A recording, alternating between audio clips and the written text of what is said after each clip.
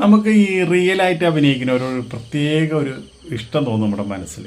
എന്താ വെച്ചാൽ അതുപോലെ തന്നെയാണ് മോഹൻലാലിനോട് നമുക്ക് വളരെയധികം ഇഷ്ടം തോന്നുന്നത്. അതുപോലെ തന്നെ അതിൻ്റെ മോഹൻലാലിനോട് മാത്രമല്ല, റിയലായിട്ട് അഭിനയിക്കുന്ന ഏതൊരു വ്യക്തിയോടും നമുക്ക് ആരാധനയാണ്.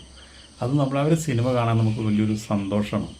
അതുപോലെയുള്ളൊരു നടിയാണ് മഞ്ജു പത്രോസ്. ഒരു ടി വി ഷോയിൽ കൂടെയാണ് വന്നത്. പക്ഷെ ഇത്രയും കഴിവുള്ള ഒരു നടിയാണെന്ന് നമ്മൾ പിന്നെ മനസ്സിലാക്കിയത്. ഇപ്പം ഈ മഞ്ജു പത്രോസിനെ നമ്മൾ കാണുന്നത് ഇപ്പോൾ അളിയൻ എന്ന് പറഞ്ഞൊരു സീരിയലാണ് 7 മണിക്ക്. ഞാനതിൻ്റെ ഒരു ആരാധകനാണ്. നമ്മൾ വേറെ ഒരു സീരിയലും കാണാറില്ല. അവരെ കുടുംബകഥകൾ കേൾക്കാനും അതിൽ വലിയ വലിയ വലിയ സംഭവങ്ങളൊന്നും അല്ലെങ്കിൽ ആ സംഭവങ്ങളൊക്കെ നമുക്ക് ആസ്വദിക്കാൻ വലിയ ഇഷ്ടം. ഒരു വീട്ടിൽ നടക്കുന്ന എല്ലാ സംഭവങ്ങളും. അതിലിപ്പോൾ നമ്മുടെ ലില്ലിക്കുട്ടി വളരെ റിയലായിട്ട് അഭിനയിക്കുന്ന ഒരാളാണ്. അതുപോലെ തന്നെ ഈ മഞ്ജു പത്രോസും വളരെ എന്ത് നാച്ചുറലാണെന്നറിയാം അവരെ അഭിനയം. എനിക്ക് ഒരുപാട് ഇഷ്ടമാണ്.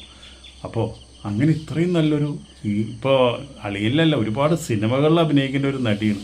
ഈ നടിയുടെ കരിയർ നഷ്ടപ്പെട്ടത് എവിടെ വെച്ചാണ് നമ്മൾ ചിന്തിക്കുന്നത്? ഈ നടിയുടെ കരിയർ നഷ്ടപ്പെട്ടത് ബിഗ് ബോസിൽ പോയതിന് ശേഷമാണ്. ശരിക്കും പറഞ്ഞാൽ മഞ്ജു പത്രോസിന് ബിഗ് ബോസിൽ പോകേണ്ട ഒരു കാര്യമില്ലായിരുന്നു.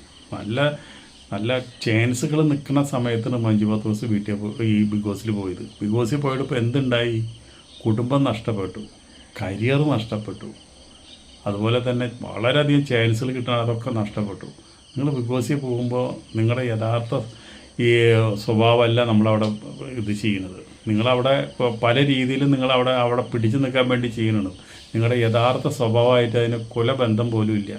അപ്പോൾ മഞ്ജു പത്രോസ് അവിടെ ചെയ്തത് അവിടെ കാര്യങ്ങളൊന്നും ഇവിടെ മറ്റുള്ള പ്രേക്ഷകർക്ക് അത്ര കണ്ട് ദഹിച്ചില്ല. അപ്പോൾ അതോട് കൂടിയിട്ട് മഞ്ജു പത്രോസിനോടുള്ള ഇഷ്ടം നഷ്ടപ്പെട്ടു.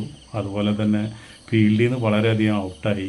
അതുപോലെ തന്നെ സുനിച്ചൻ എന്ന് പറഞ്ഞു കഴിഞ്ഞാൽ അദ്ദേഹം നല്ലൊരു മനുഷ്യനാണ്. അദ്ദേഹം ഒരുപാട് ഈ മഞ്ജു പത്രോസിൻ്റെ കരിയറിന് വേണ്ടിയിട്ട് ഒരുപാട് ഒപ്പം നിന്ന് പ്രവർത്തിച്ച ആൾ. അവർ തമ്മിൻ്റെ ഇടയിൽ എന്ത് സംഭവിച്ചു എന്ന് എനിക്കറിയില്ല. ഒരു മകനുണ്ട്. എന്തായാലും ഒരു നല്ലൊരു നടിയാണ് മഞ്ജു പത്രോസ്. അത് നമ്മളെ തെളിയിച്ചുള്ള ഒരു നടിയാണ്. ഇനി ഉയരങ്ങളിലേക്ക് എത്താം. അത് സിനിമാക്കാരും എല്ലാവരും സീരിയലിൽ കൂടി അല്ല നമ്മൾ ഉദ്ദേശിക്കുന്നത്, സിനിമയിൽ കൂടിയാണ്. റിയലായിട്ട് അഭിനയിക്കുന്നവരെ സിനിമയിൽ വരുന്നതാണ് വലിയ ആഗ്രഹം. അപ്പോൾ മഞ്ജു പത്രോസ് എന്ന് പറഞ്ഞൊരു നല്ലൊരു നടീനെ വീണ്ടും സിനിമാക്കാർ കൊണ്ടുവരും നല്ല രീതിയിൽ നിന്ന് പ്രതീക്ഷിക്കുന്നു.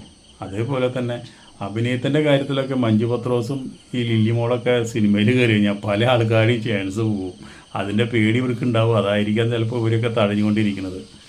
എന്തായാലും ബിഗ് ബോസിൽ പോയിട്ട് ഈ മഞ്ജു പത്രോസ് ഒരു വീട് പണിതു. അത്രമാത്രം മെച്ചമുള്ളൂ. ആ വീട് പണിതതിന് അതിനേക്കാളും കൂടുതൽ നഷ്ടങ്ങളാണ് മഞ്ജു പത്രോസ് സംഭവിച്ചത്.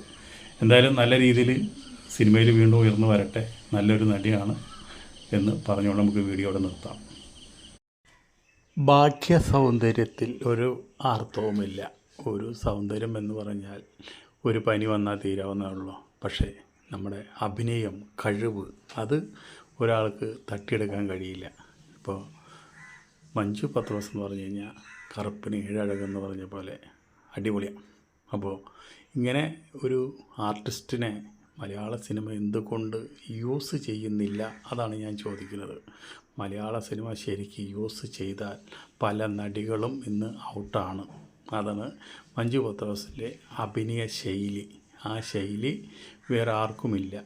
മഞ്ജു പത്രോസിന് പകരം വയ്ക്കാൻ മഞ്ജു പത്രോസ് മാത്രം, വേറെ ആരുമില്ല.